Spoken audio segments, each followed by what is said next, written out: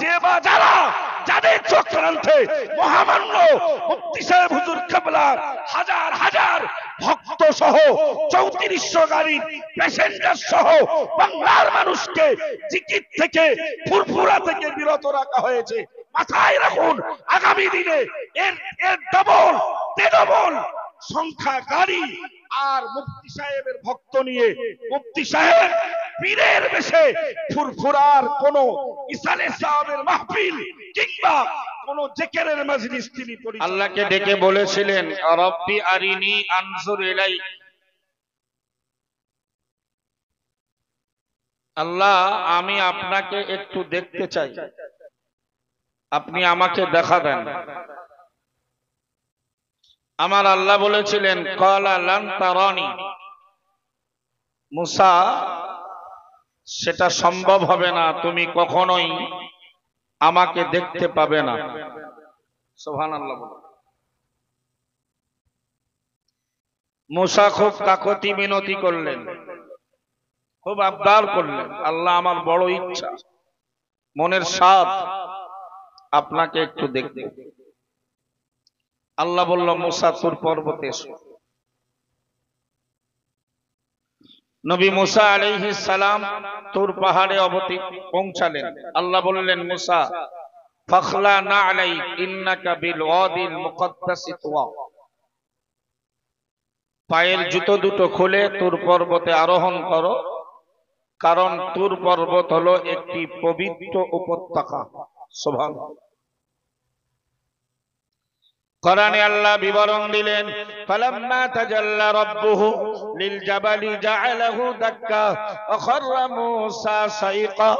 আমার আল্লাহ জানিয়ে দিলেন, আমার আল্লাহ ঘোষণা দিলেন, ফালাম্মা তাজাল্লা রাব্বুহু, যখন নবী মুসা আলাইহিস সালামের প্রভু আমার আল্লাহ তাআলা নূরের ফোকাসটা, নূরের ঝলকটা তুর পর্বতে রাখলেন, না না না, জাআলাহু দাক্কা, আমার আল্লাহ জানিয়ে দিল পাহাড়টা পুড়ে ছারকার হয়ে গেল। অখররা মূসা সাইকা, আর ওই নূরের ঝলকে মুসা নবী আলাইহিস সালাম বেহুশ হয়ে গেল।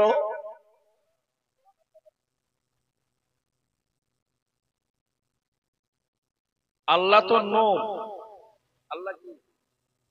একটা আলো, একটা ঝলক, একটা জ্যোতি। মুসা যখন খুব কাকতি মিনতি করলো, আল্লাহ বলল এসো।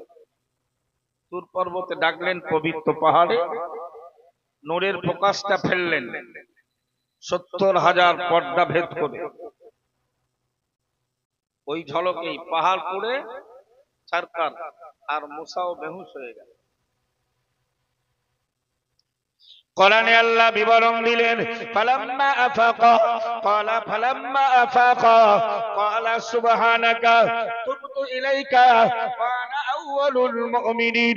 আমার আল্লাহ কোরআন শরীফে জানিয়ে দিলেন, আমার আল্লাহ কোরআন শরীফে বিবরণ দিলেন, ফালাম্মা আফাকা, মুসা নবী আলাইহিস সালাম যখন হুঁশ ফিরে পেল, তখন তিনি বললেন, সুবহানাকা, ও রব্বুল আলামিন আল্লাহ, তোমার জাতের পবিত্রতা আমি ঘোষণা করছি। জোরে বলুন, তুবতু ইলাইকা, আল্লাহ আমার জোর করা উচিত হয়নি।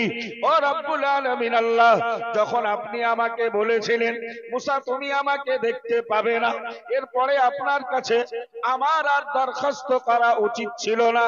আল্লাহ ভুল হয়ে গেল, আমি তওবা পড়ে নিলাম। ওয়া আনা আউয়ালুল মুমিনিন, আর আমি হলাম বিশ্বাসীদের ভেতরে অন্যতম। জোরে বলুন,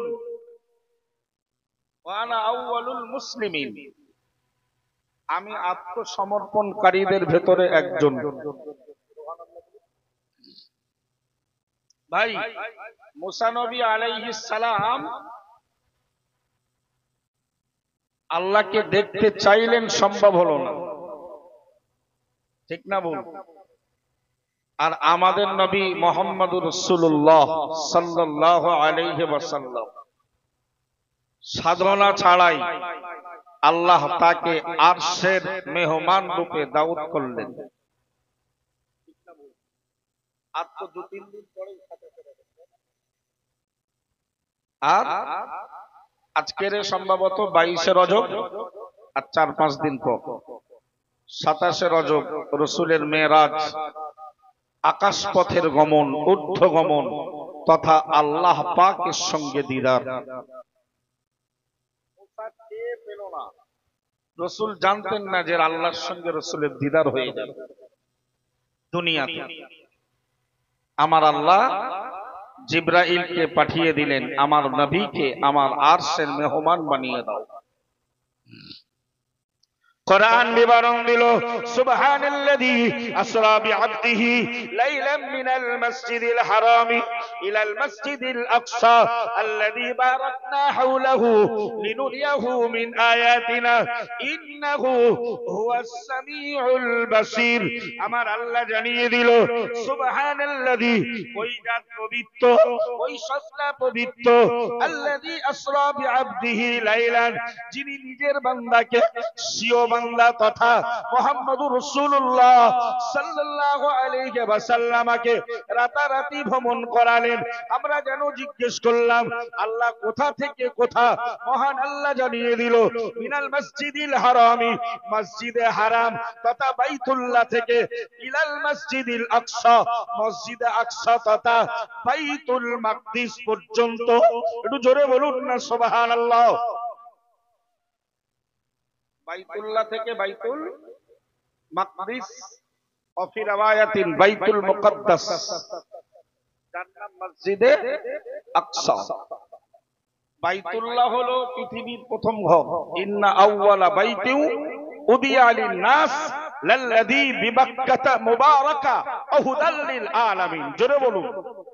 আল্লাহ বললেন পৃথিবীর সর্বপ্রথম ঘর হলো ওই ঘরটা যে ঘরের বুনিয়াদ দেওয়া হয়েছিল, শিলান্যাস করা হয়েছিল, ভিত্তিপ্রস্তর করা হয়েছিল মক্কার পূর্বের নাম বাক্কাতে। বলুন, ওটা মুবারাকান, বরকতে পরিপূর্ণ, সুবহানাল্লাহ, ওয়া লিল আলামিন, এবং ওটা বিশ্ববাসীর জন্য হেদায়েতের সেন্টার। ওখান থেকে তামাম পৃথিবীতে হেদায়েত ছড়িয়ে পড়েছে। ভাই আল্লাহ বললেন পৃথিবীর প্রথম ঘর বাইতুল্লাহ, মসজিদুল হারাম, আর দ্বিতীয় ঘর হলো বাইতুল মুকদ্দাস বা বাইতুল মাকদিস, যেটা জেরুজালেমে অবস্থিত। যে ভূখণ্ডটা নিয়ে ইসরায়েলদের লড়াই, দখল করা, ওদের দেশের রাজধানী বানাবে, ইসরায়েল রাষ্ট্রের রাজধানী বানাবে। আসলে ভাই ইসরায়েল অত্যাচার করেছে, কিন্তু এই অত্যাচারের আগুন জ্বালিয়েছিল আমেরিকা। ইসরায়েল বলে কোন রাষ্ট্রই পৃথিবীতে থাকবে না, আমেরিকা যদি সহযোগিতার হাত মুহূর্তের ভেতরে গড়িয়ে দেবে। এই বাইতুল্লাহকে আল্লাহ যেমন বরকতপূর্ণ বলেছেন, বাইতুল মুকদ্দাস যে ভূমিতে, আল্লাহ ওই ভূমিকেও বলেছেন বরকতপূর্ণ। জোরে বলুন। কোরআন বিবরণ দিল, মসজিদে আকসা তথা মসজিদে আকসা চতুর্দিকটা আল্লাযী বারাকনা হাওলাহু, আল্লাযী বারাকনা হাওলাহু, ওগো নবী মুহাম্মদুর রাসূলুল্লাহ সাল্লাল্লাহু আলাইহি ওয়াসাল্লাম উম্মতিকে শুনিয়ে দাও, আমার বান্দা বান্দীকে জানিয়ে দাও, মসজিদে আকসা যে ভূমিতে রয়েছে, আল্লাযী বারাকনা হাওলাহু, ওর চতুর্দিকটা আমি আল্লাহ বরকত দিয়ে পরিপূর্ণ করে দিয়েছি। মক্কা বাইতুল্লাহ আছে মুবারাকান, জেরুজালেমে বাইতুল মাকদিস আছে, আল্লাযী বারাকনা হাওলাহু, এটা মুবারাকানের তারিখ, সংজ্ঞা। সুবহানাল্লাহ বলেন। মুবারাকান মানে আল্লাযী বারাকনা হাওলা, যার চতুর্দিকটা বরকতে ভরা, পূর্ণ। তাহলে এখানে রাখুন, ঘটনা লম্বা, অত কথা বলার সময়, মেরাজের ঘটনা শোনানোর সময় আজকের হবে না, শুধু দৃষ্টান্ত নেন। মুসা নবী চাইলেন আল্লাহকে দেখবে, সম্ভব হলো না। প্রিয় নবী সাল্লাল্লাহু আলাইহি ওয়াসাল্লাম বললেন উতিতু বিল বুরাক, মুসলিম শরীফের হাদিস। নবী বললেন আমার জন্য বোরাক পাঠানো হলো, খচ্চরের গাধার থেকে বড়, খচ্চরের থেকে ছোট, সাদা ধবধবে এক পশু, একটি পশু। বলল এক পদক্ষেপে যতটা চোখ দিয়ে দেখা যায় ততটা এক কদমে আগিয়ে যায়। যদি বলেন চোখে ফাঁকা জায়গায় যত দূর দেখা যায় ওই বরাক এক লাফে, এক কদমে, এক পদক্ষেপে ততটাই আগিয়ে যায়। যদি বলেন প্রিয় নবী সাল্লাল্লাহু আলাইহি ওয়াসাল্লাম এখান থেকে 7 আসমান, এখান থেকে মসজিদে আকসার কাছে যে খুঁটিতে, ওখানে তো হাজার হাজার নবী আল্লাহ পাঠিয়েছেন। এই ভূমিতে আল্লাহ হাজার হাজার নবী পাঠিয়েছেন। এই ভূমিতে নবীরা এসে বাইতুল মুকাদ্দাসের যে খুঁটিতে বাহন বাঁধতেন, হযরত নবী করিম সাল্লাল্লাহু আলাইহি ওয়াসাল্লামের বোরাকটাও সেই খুঁটিতে বাঁধা হলো। রাসূল বললেন আমি মসজিদে আকসার ভেতরে ঢুকে 2 রাকাত নামাজ পড়ে আকাশ পথের যাত্রা শুরু করলাম। যদি বলুন যেখানে ফেরেশতারা প্রথম আসমান, দ্বিতীয় আসমান, তৃতীয় আসমান, চতুর্থ আসমান, পঞ্চম আসমান, ষষ্ঠ আসমান, সপ্তম আসমান পার করলেন বাইতুল মামুর, ফেরেশতাদের ইবাদতগাহ, উপাসনালয়। ওখান থেকে সিদরাতুল মুনতাহা, এক সুন্দর জায়গা। যদি বলুন তারপরেই হলো কোরআনের ঠিকানা লয়ে মাহফুজ। তারপরেই আমার আল্লাহ আরশের রাসূলের সঙ্গে দিদার হয়ে গেল, আল্লাহর সঙ্গে দিদার হয়ে গেল। যদি বলে মুসা চেয়ে পেল না, রাসূল বিনা চাওয়ায় কোথায় গেলেন? মুসা নূরের ঝলক তুর পর্বতে সহ্য করতে পারল না, রাসূল আরশে হাজির। জোরে বলে বংশ লোগো স্টিকার দেখিয়ে কাজ হবে না। মনের অজান্তে অনেক লোকে আল্লাহর কাছে গ্রহণযোগ্যতার স্তরে পৌঁছে যায়।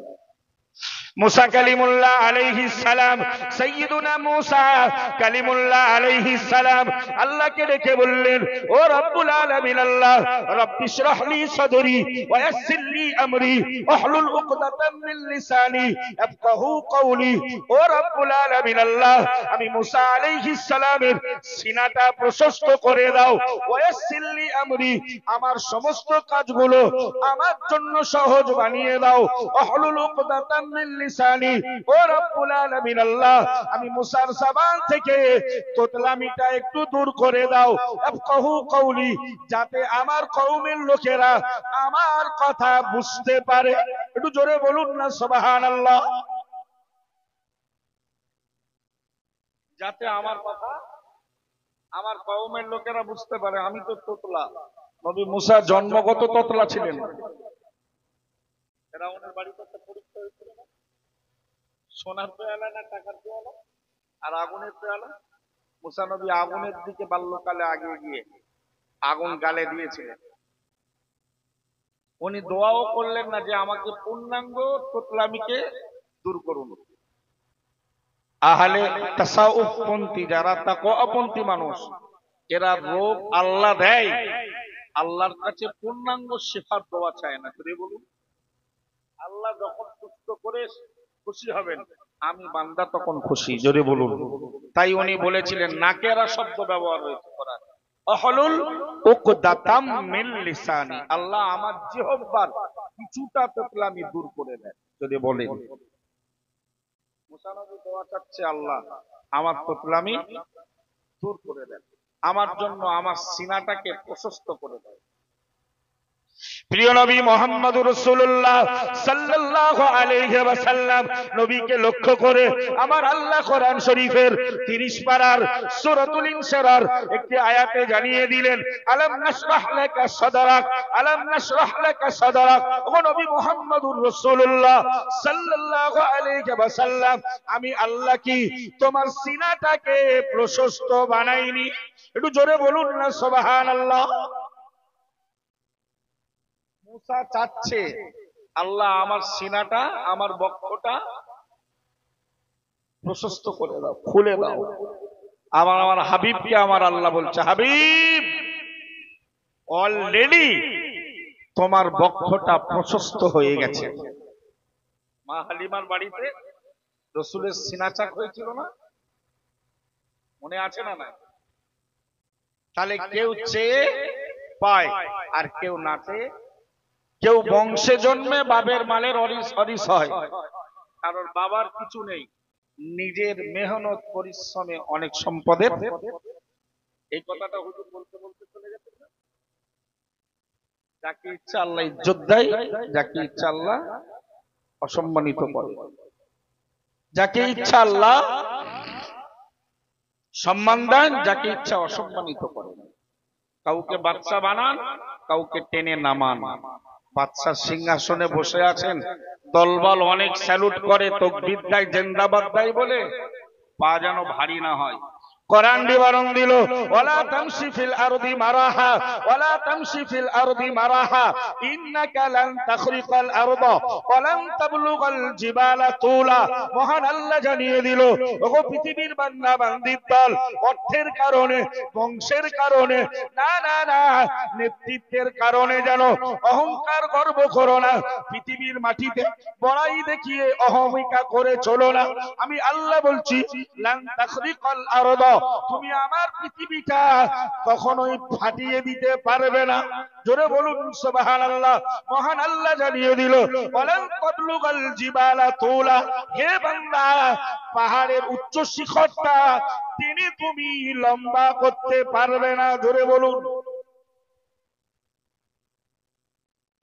পাহাড় টেনে লম্বা করতে, আল্লাহ জমিন দাবিয়ে ফাটিয়ে দিতে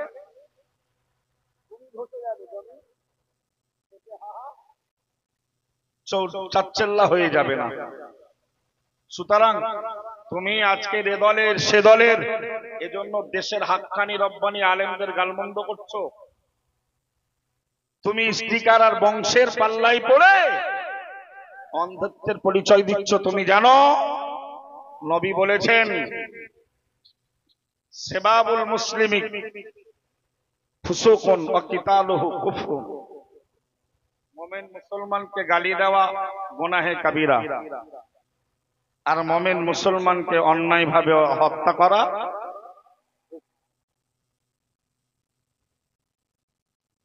আল্লাহ মনের অজান্তে একদল বান্দাকে আল্লাহ কবুল করেন। সুবহানাল্লাহ। আপনি বলবেন এরা তো নবী, এটা তো নবীর ব্যাপার, আলাদা একটা ব্যাপার হতে পারে। চলুন নবীর সাহাবীদের দৃষ্টান্ত নেন।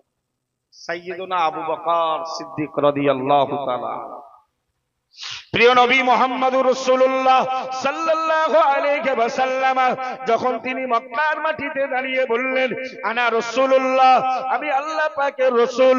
না না না, আবু বকর ডেকে বলেছিলেন, ওগো মুহাম্মদ, মাদালিলু আলা মা তাদআ ইয়া মুহাম্মদ, হে মুহাম্মদ, তোমার নবুয়ত দাবি করার পেছনে দলিল বা প্রমাণ কি রয়েছে?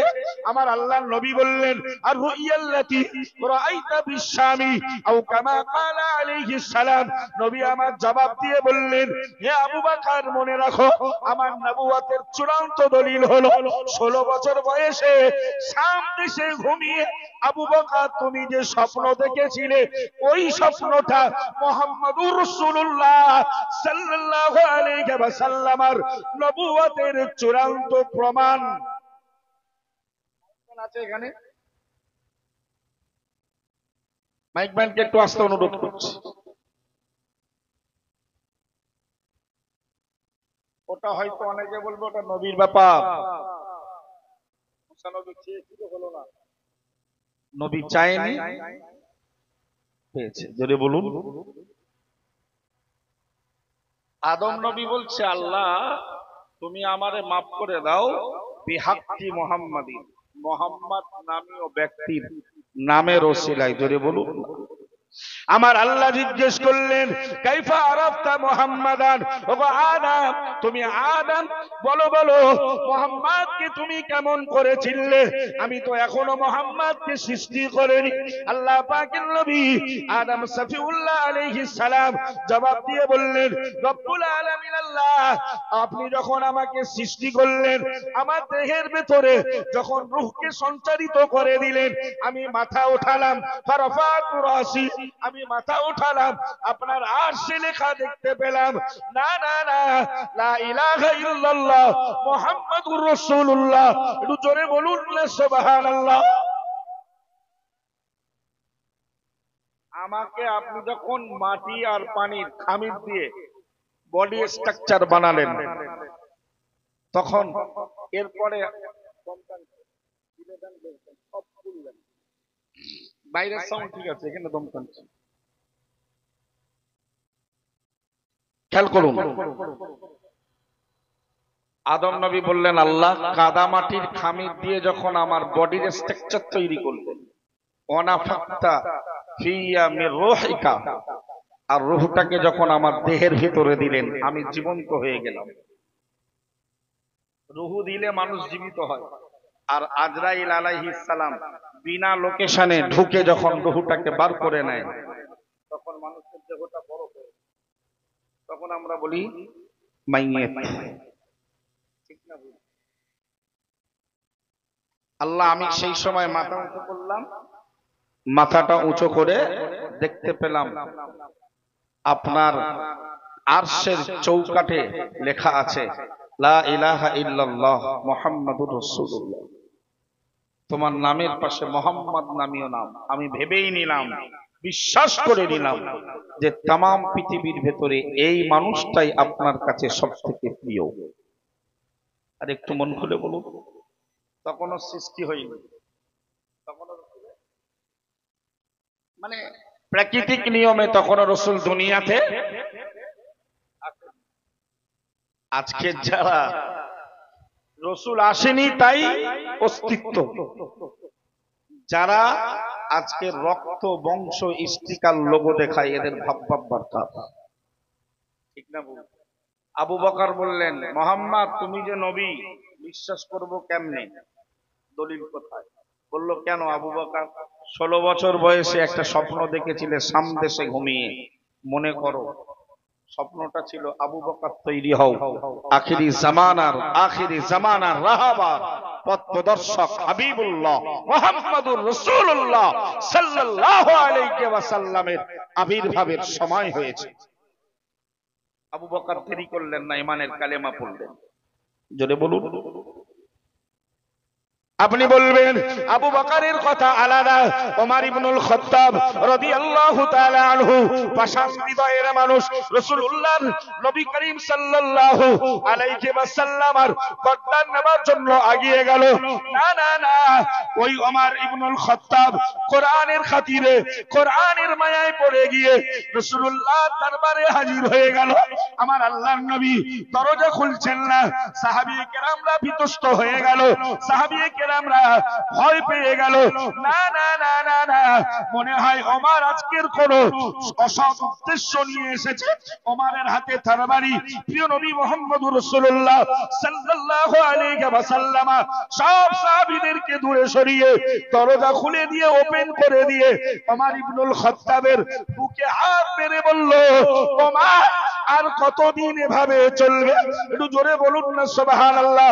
প্রিয় নবীর প্রাণ প্রিয় সাহাবী হাবিবুল্লাহ মুহাম্মদুর রাসূলুল্লাহ সাল্লাল্লাহু আলাইহি ওয়াসাল্লামের আদর্শের সাহাবী হযরত ওমর ইবনুল খাত্তাব রাদিয়াল্লাহু তাআলা আনহু বললেন, ওই দিনে রাসূলুল্লাহ পবিত্র হাতের স্পর্শ আমার হৃদয়ের ভেতরে এক ঠান্ডা অনুভূতি হয়েছিল। একটু জোরে বলুন না সুবহানাল্লাহ। বললেন, হুজুর আর দেরি নেই, এই মুহূর্তেই ঈমানের কালেমা পড়িয়ে দেন। আর একটু মন খুলে বলেন। বললেন, রসুলের এই পবিত্র হাতের স্পর্শ জীবনে এত সুন্দর অনুভূতি আমার ভেতরে হয়নি। জোরে বলুন। বললেন, হুজুর আর দেরি নেই, কালেমা পড়তেই এসেছি। ওমর কি কোনদিন ভেবেছিল আমি মুহাম্মদ সাল্লাল্লাহু আলাইহি ওয়াসাল্লামের সাহাবীদের ভেতরে 2 নম্বর স্থান দখল করব?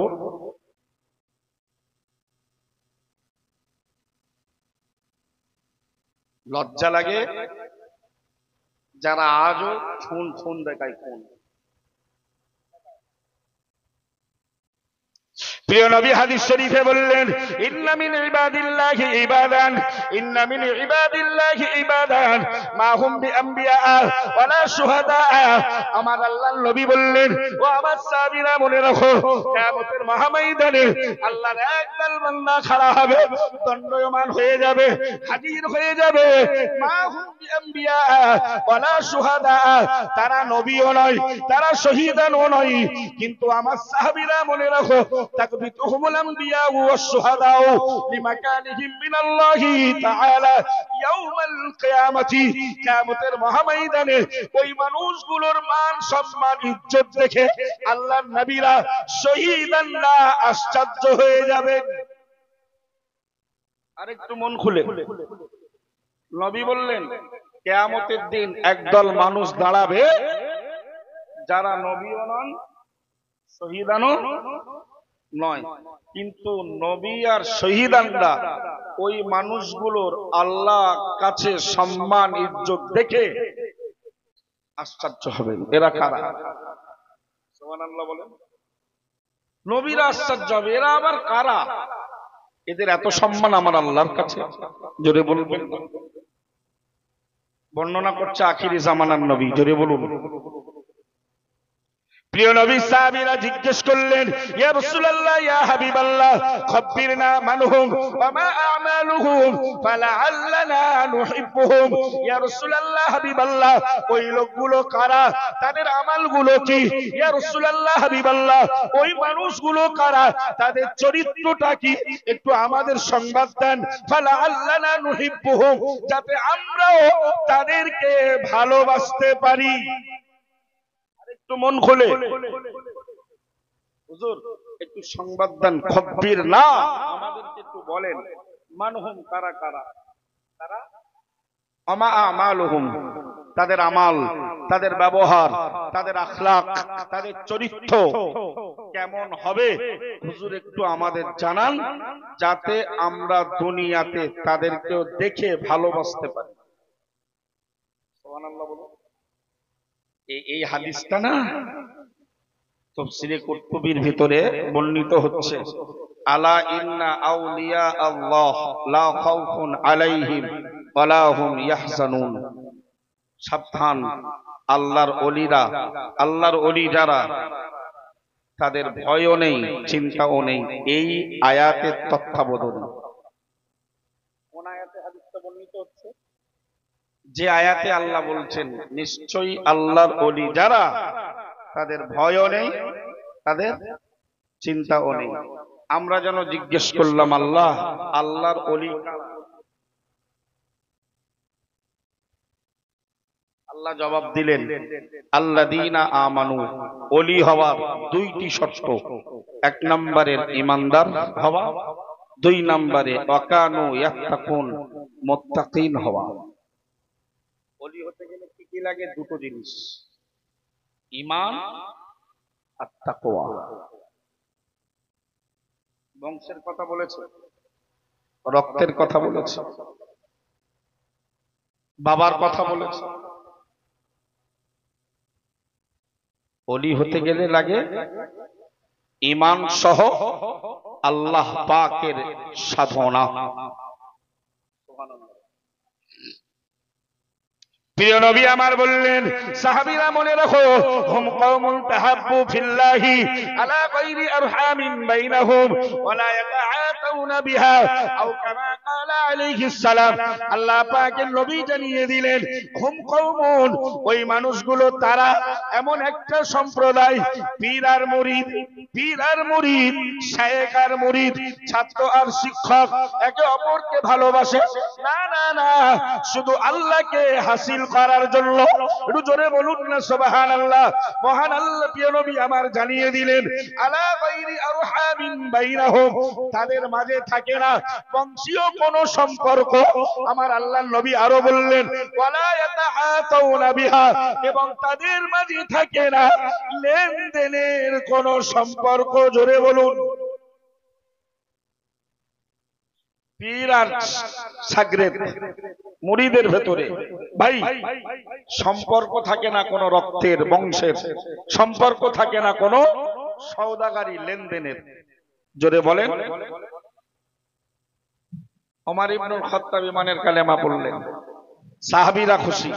জিবরাইল মেসেজ করলেন, হুজুর আপনি যেমন আনন্দিত ওমরের কালেমা পড়ায়, আপনার সাহাবীরা যেমন আনন্দিত, আমি এইমাত্র আসমান থেকে নামলাম, দেখলাম আসমানের বাসিন্দা ফেরেশতারাও ইস্তাবশারা আহলুস সামাই বি ইসলামি ওমর, ওমরের ইসলাম গ্রহণে আল্লাহর ফেরেশতা আসমানের বাসিন্দারাও ততটাই খুশি।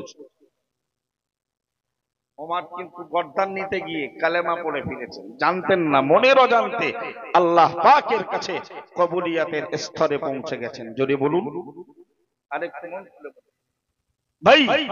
সুতরাং মনের অজান্তেই 22 বছর ধরে বয়কট করে দেওয়ার পরেও সাধনার মাধ্যমে, চেষ্টা আর মেহনত পরিশ্রমের মাধ্যমে, বংশ ছাড়া, রক্ত ছাড়া, স্টিকার ছাড়াই নিমাই কোম্পানির প্রোডাক্ট আল্লাহর শাহী দরবারে কবুল হয়ে গেছে।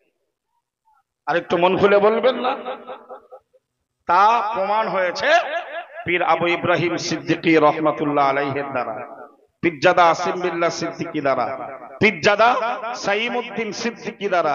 এছাড়াও ফপড়াতে পারছে না, থমনা ভেঙে দেবে, গুন্ডামি চলছে। এক পীরজাদা দেখি বলছে, তৈরি হও, মাঠে নামতে হবে। যেমন বাবা তেমন, যেমন গাছ তেমন,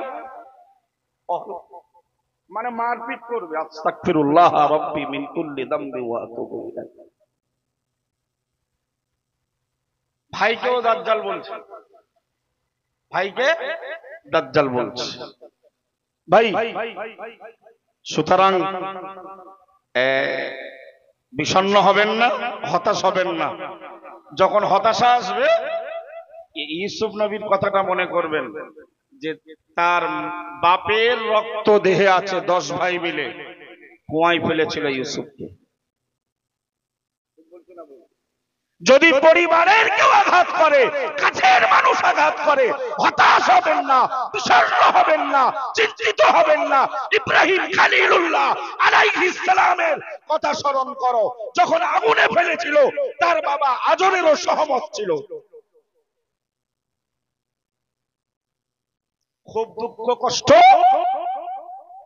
যদি মনে হয়, ইউনুস আলাইহিস সালামের মাছের পেটের ভেতরে থাকার কথা মনে করুন। আল্লাহ ইলাহা ইল্লা আনতা সুবহানাকা ইন্নী কুনতু মিনাজ জালিমিন বলে হয়তো মনের অজান্তেই আল্লাহ কোন জুলুম করে ফেলেছি, অত্যাচার করে ফেলেছি, আমি অপরাধী, ক্ষমা করুন। বিষণ্ণতা থেকে, হতাশা থেকে, আল্লাহ বিপদ থেকে, আপদ থেকে আপনি আমাকে মুক্তির ব্যবস্থা করে দেন। আল্লাহই বললেন,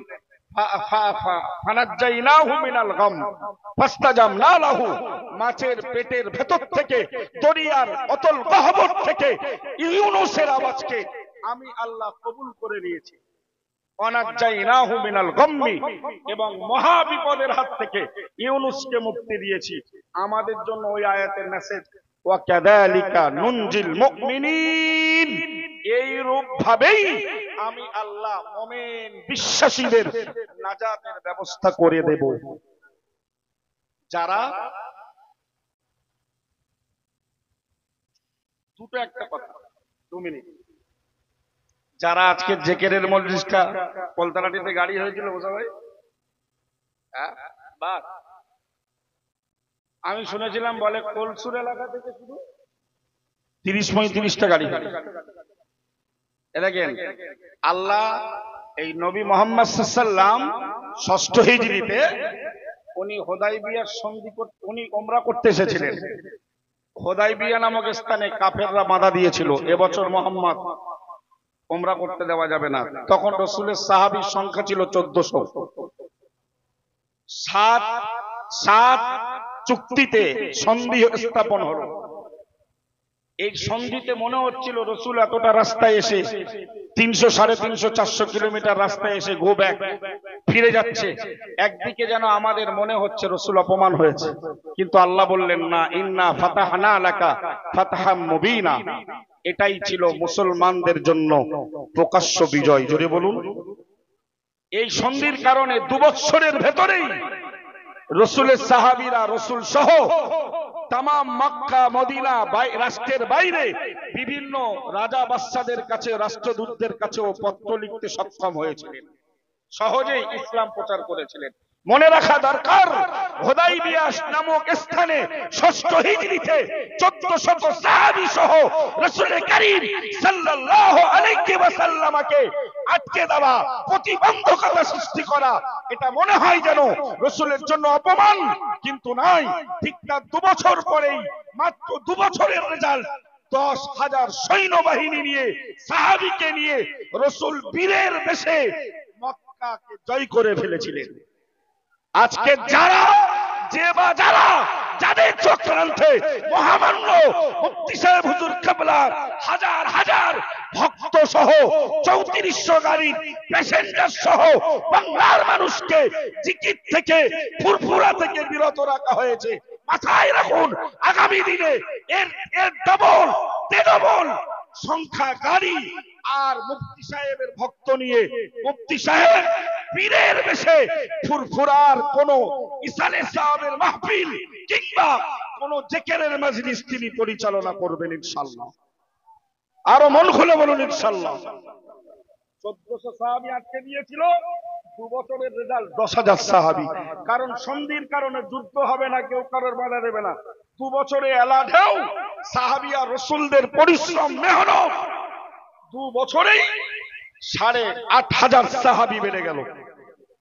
মুফতি সাহেবের ভক্ত দিন দিন জিকিরের মজলিস বন্ধ করায় বাড়ছে না কমছে? ব্যাস, শেষ কথা। আমা তৌফিক ইল্লা বিল্লাহ ওয়া আখিরু দাওয়ানা আনিল হামদুলিল্লাহি রাব্বিল আলামিন। দুরূদ শরীফ। আল্লাহুম্মা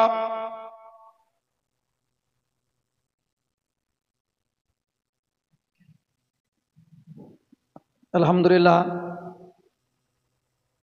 আওলাদে মুজাদ্দিদে জামান হযরত আলহাজ মাওলানা আসিম বিল্লাহ সিদ্দিকী অল কুরাইশি ভাইজান হুজুর কেবলা আমাদের একেবারে কাছাকাছি চলে এসেছেন। আব্দুর রাকিব সাহেব হুজুরের আরও একটু কথা বললে আমরা সময় দিতাম অবশ্যই, কিন্তু উনি যাবেন এখান থেকে এখন অনেকটাই দূরে, একেবারে সেই বাজিতপুরে, মানে অনেকটাই রাস্তা। তো এখনই আমাদের অল ইন্ডিয়া সুন্নাতুল জামাত সংগঠন পরিচালিত যত নারী শিক্ষা প্রতিষ্ঠান আছে তার ভিতর থেকে আমাদের এই দেগঙ্গা বোলাকেরই সুনামের সঙ্গে চলে আসছে আরেকটি নারী শিক্ষা প্রতিষ্ঠান, দক্ষিণ বরুণী বালিকা মাদ্রাসার সুযোগ্য ডাইরেক্টর, মাগরিবি বাঙ্গাল আঞ্জুমানে ওয়াইজিনের একজন লড়াকু সৈনিক হজরত আলহাজ মাওলানা মুফতি মাসুম বিল্লাহ সাহেব ভাইজান আপনাদের কাছে গুরুত্বপূর্ণ আলোচনা রাখছেন। আমরা ধীরে স্থিরভাবে হুজুরের আলোচনা শুনি।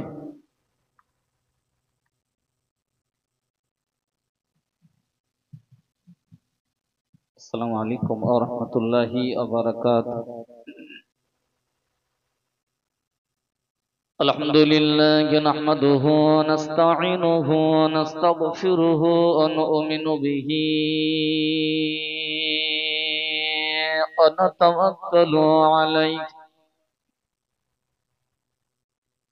ওয়া নাউযু বিল্লাহি মিন শুরুরি আনফুসিনা ওয়া মিন সাইয়্যাতি আ'মালিনা।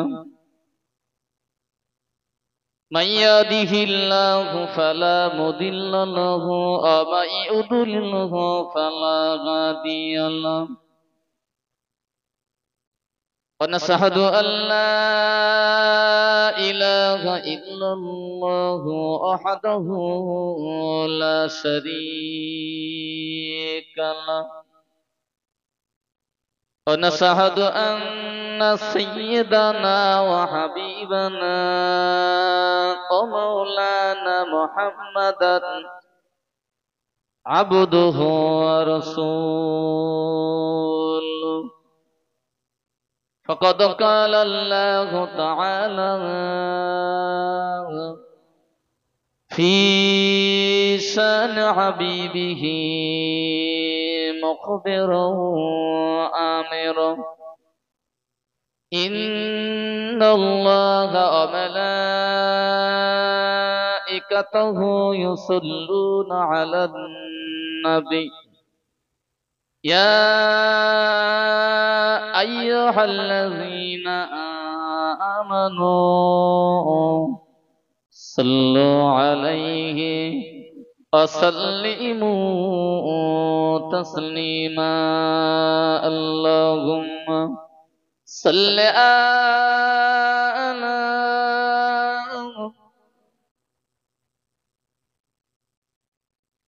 وعلى آل سيدنا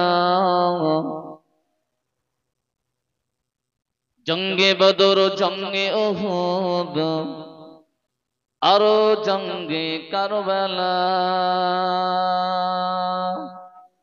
শহীদ হলেন হাসান হুসাইন আরো হলেন হানজালা আল্লাহুম্মা সাল্লি আলা সাইয়্যিদিনা وعلى آل سيدنا